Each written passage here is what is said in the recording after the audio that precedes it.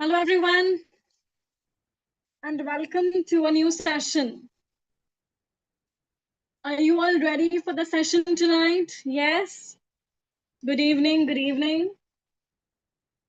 Hello. Good evening, and welcome to a new session. Great. So it's a new week, and we are back with a new series of sessions. Today, we will revise for TNPG TRB exam. This exam will be conducted on 12th of October. So before that, we have to revise a lot, right? Yes. So if you're watching this video right now, then please do subscribe our channel. And if you are new to our channel, then you can also subscribe our Vallath YouTube channel. But first of all, please do like the video and share it. All right, I believe the screen is visible to you all.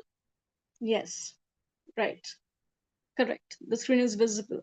All right. So welcome again to the session.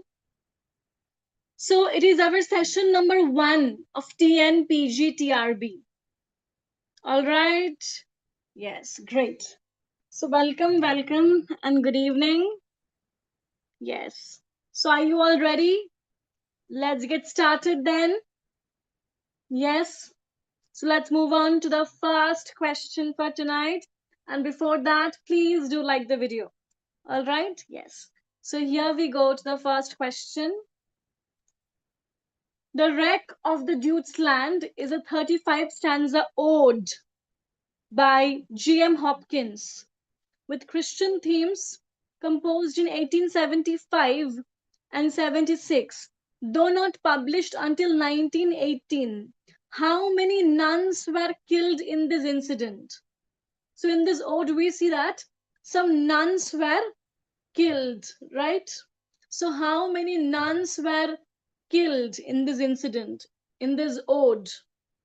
How many nuns were killed? Tell me. Yes, how many nuns were killed as per this ode? How many nuns were killed? Or how many nuns died? 5, right? 5 nuns died. 5 Franciscan nuns died in this ode, right? Very good. Next. Tughlaq is a 1964 Indian Kannada language play by Girish Karnad. True or false? Tell me. Tughlaq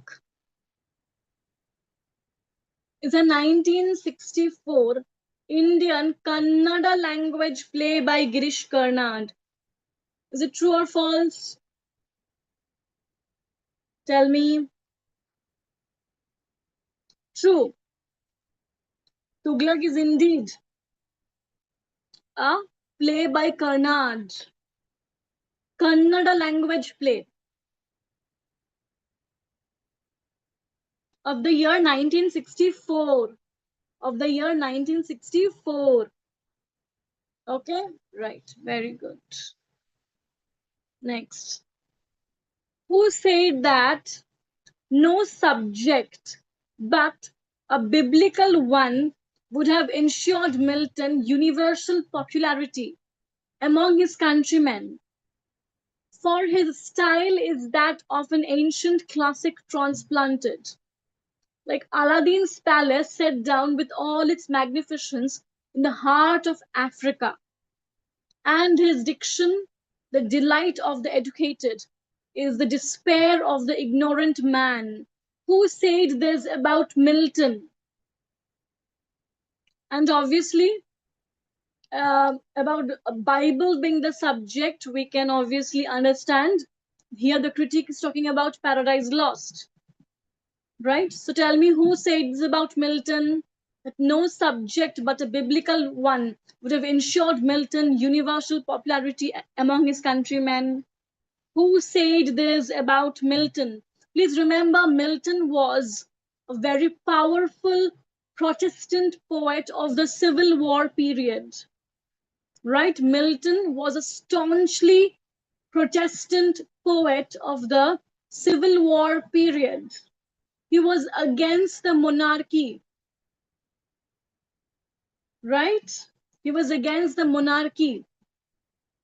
So tell me who said this about Milton? Yes. Samuel Johnson said this about Milton in his Life of Milton. You all know Samuel Johnson inaugurated the genre of biographical criticism through his work, Lives of the English Poets.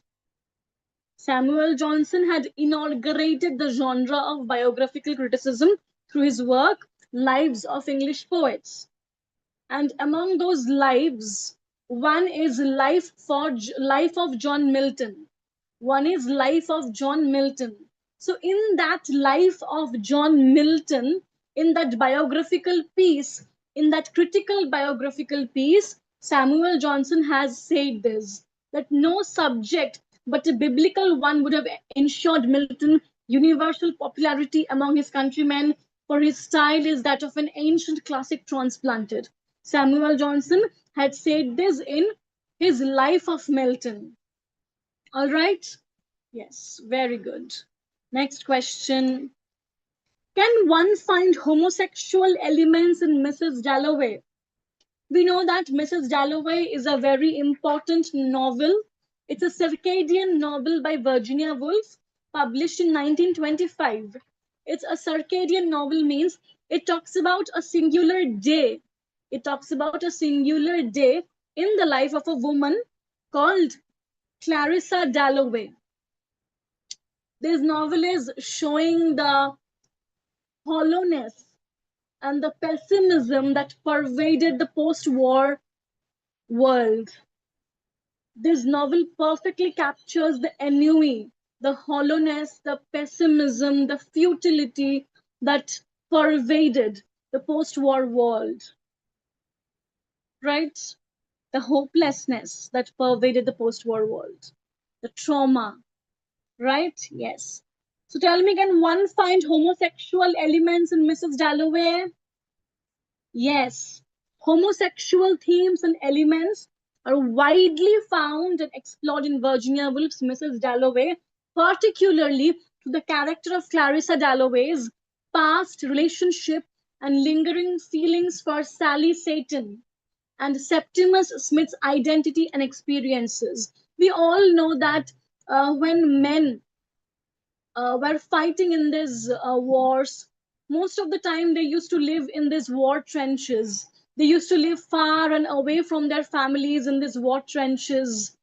And while living or while staying in these war trenches and fighting for their lives and fighting for their countries, all they had, all they could rely upon were the fellow soldiers, their fellow soldiers.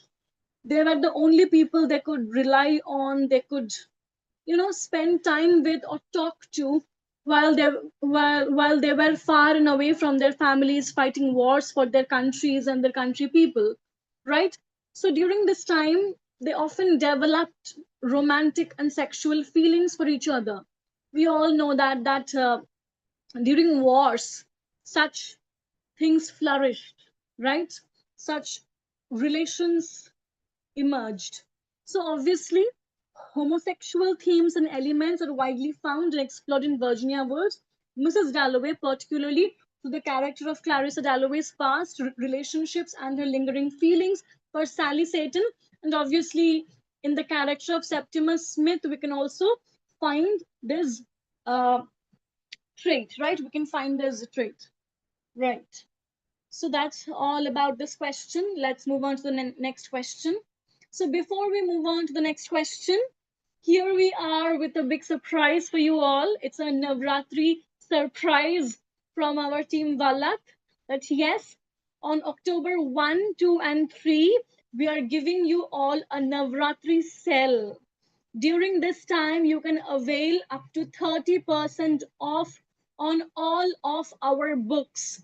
So if you are planning to get our encyclopedias of British literature or Indian literature or American literature or any book, I think it's the perfect time for you to avail this 30% sale.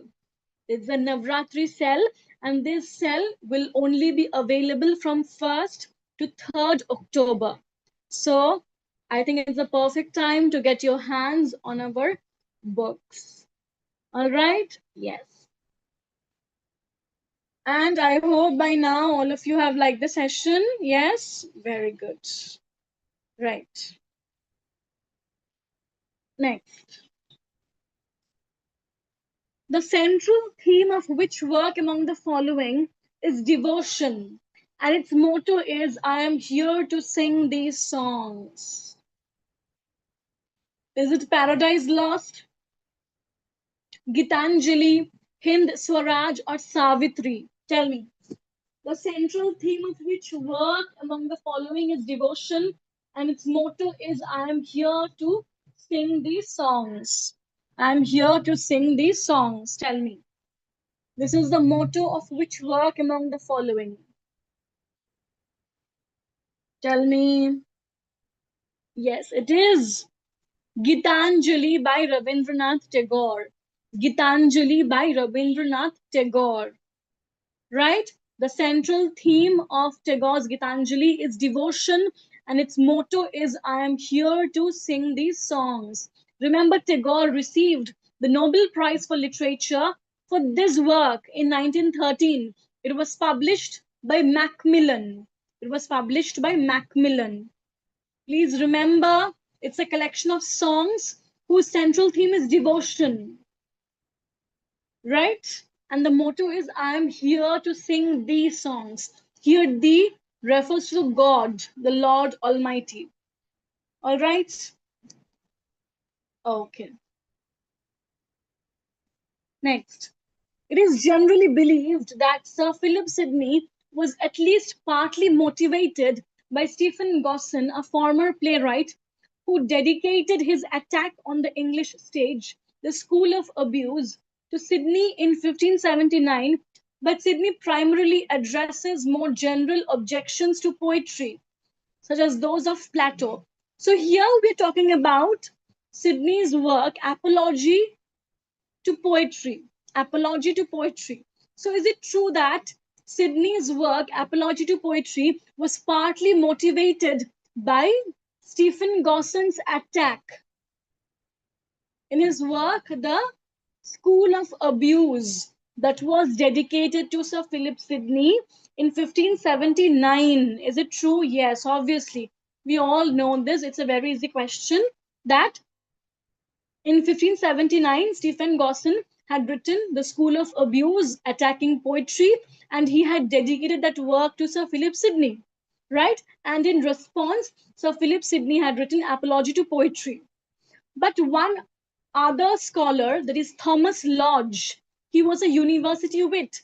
Thomas Lodge had also responded to Stephen Gosson's The School of Abuse. All right, clear? Very good.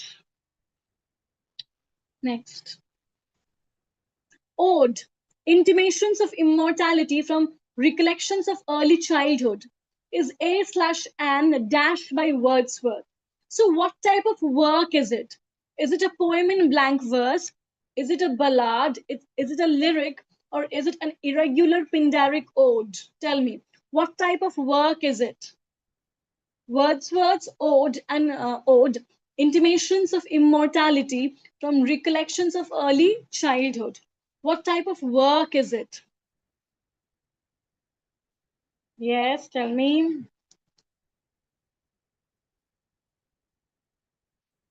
Yes, it is an irregular Pindaric ode. Ode, Intimations of Immortality from Recollections of Early Childhood. It is an irregular Pindaric ode by Wordsworth. Okay, got it? Very good.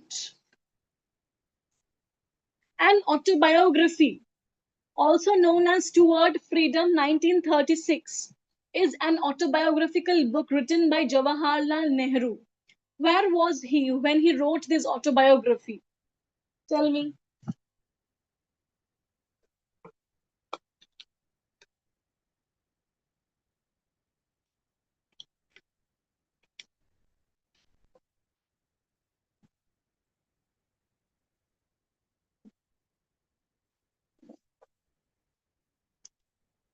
Where was he when he wrote this autobiography?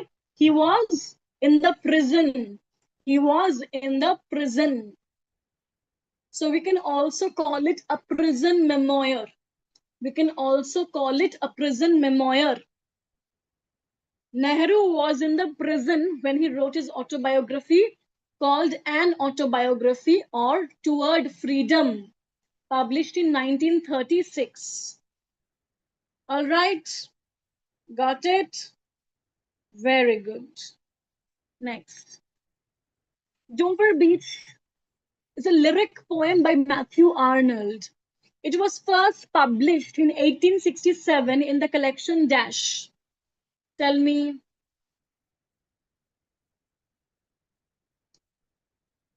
Dover Beach is a lyric poem by Matthew Arnold. It was first published in 1867 in the collection New Poems. In the collection New Poems.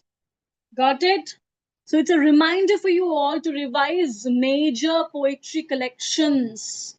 Major poetry collections of very important poets like Matthew Arnold, Robert Browning, Philip Larkin, Robert Frost, Seamus Heaney. Okay, it's very important to learn about their poetry collections. Okay, so Dover Beach was published in the poetry collection New Poems. Okay, next. Othello was published in Shakespeare's lifetime. True or false? Othello was published in Shakespeare's lifetime. True or false?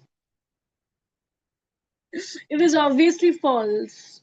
It is obviously false because the first published version of the play was a quarto in 1622.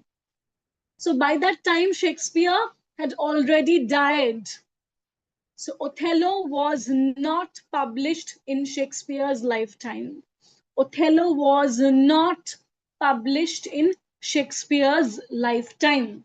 It was first published as a quarto in 1622. By that time, Shakespeare had already died. These are very minor things but important because they can easily ask you these questions in the form of statement based questions. So please make sure that you know every minor detail essential to a work. So please remember, Othello was not published in Shakespeare's lifetime. It was published after his death. Clear? Right. Next. Who in Death of a Salesman said that a man is worth more dead than alive? Who said that a man is worth more dead than alive? Was it said by Willie Loman, Linda, Biff, or Happy? Willie, Linda, Biff, Happy. Who said it? Death of a Salesman, the most significant and popular play by Arthur Miller, set during the time of the Great Depression of the 1930s. Yes, this was said by the salesman himself, Willie Loman. It was said by Willie Loman that a man is worth more dead than alive. It was said in the play by Willie Loman. Yes, got it? Very good. Next. The general prologue is the first part of the Canterbury Tales by Chaucer. It introduces the frame story in which a group of pilgrims traveling to the Dash in Canterbury agree to take part in a storytelling competition and describes the pilgrims themselves. So, where are these pilgrims going? What is their destination of pilgrimage? Tell me, where are they going? They're going to visit the shrine of St. Thomas Becket. All the pilgrims in the Canterbury Tales are going to visit the shrine of St. Thomas Becket. Got it? Yes. Very good. Next. The poem Our Casuarina Tree by Toru Dutt begins with a description of the tree itself, right? The poet says that the creeper has wound itself around the rugged trunk of the casuarina tree like a dash. What has that creeper been compared to in the poem? The creeper which has wound itself around the rugged trunk of the casuarina tree. The poet says that the creeper has wound itself around the rugged trunk of the casuarina tree like a huge python. Like a huge python. Please read the poem thoroughly. Read the poem as many times as you can, 2 times, 4 times, 7 times. Unless all of these metaphors and this language gets embedded in your mind. So the poet says that the creeper has wound itself around the rugged trunk of the casuarina tree like a huge python. Got it? Very good. Next.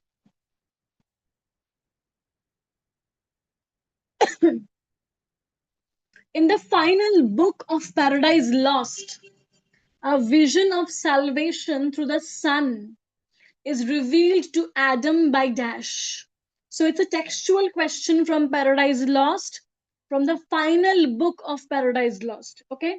So in the final book of Paradise Lost, a vision of salvation through the sun is revealed to Adam by Michael. In TN PG TRB, textual questions will be asked. If you have looked at the PYQs, you know it, right? So prepare yourself well for these types of textual questions. Read the summaries thoroughly. Just gloss through the primary text as much as you can. Look at the dialogues in Paradise Lost, right? Get yourself accustomed to the language of Milton. Okay? So, in the final book of Paradise Lost, a vision of salvation through the sun is revealed to Adam by Michael, by the archangel Michael. Got it? Very good. Things Fall Apart by Chinua Achebe depicts the cultural roots of the Zulu people. True or false? Tell me. Things Fall Apart by Chinua Achebe depicts the cultural roots of the Zulu people. Absolutely false. Because Things Fall Apart by Chinua Achebe depicts the cultural roots of the Igbo people. It talks about the Igbo people and culture. So it is false. Poetics by Aristotle focuses on dash. Comedy and epic, tragedy and epic, tragedy and comedy, tragedy and sermons. We all know that tragedy, that is poetics by Aristotle, focuses on two genres. So which two genres? Comedy and epic, tragedy and comedy, tragedy and sermons. Tell me. Poetics is a leading work by Aristotle where he talks about tragedy and epic. Where he talks about tragedy and epic. Got it? Okay.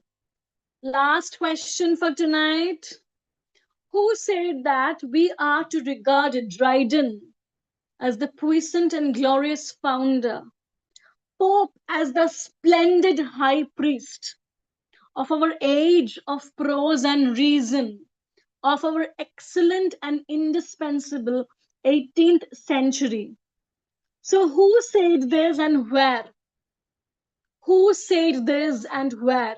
That we are to regard Dryden as the puissant and glorious founder. Who said this and where? You know this very well. Matthew Arnold said this in the essay, The Study of Poetry. Matthew Arnold said this in the essay, The Study of Poetry. All right. Matthew Arnold said this in the essay, The Study of Poetry. All right. Very good. So that's all from our side for tonight. I really hope you guys loved the session and enjoyed answering these questions. If so, then please do like the session.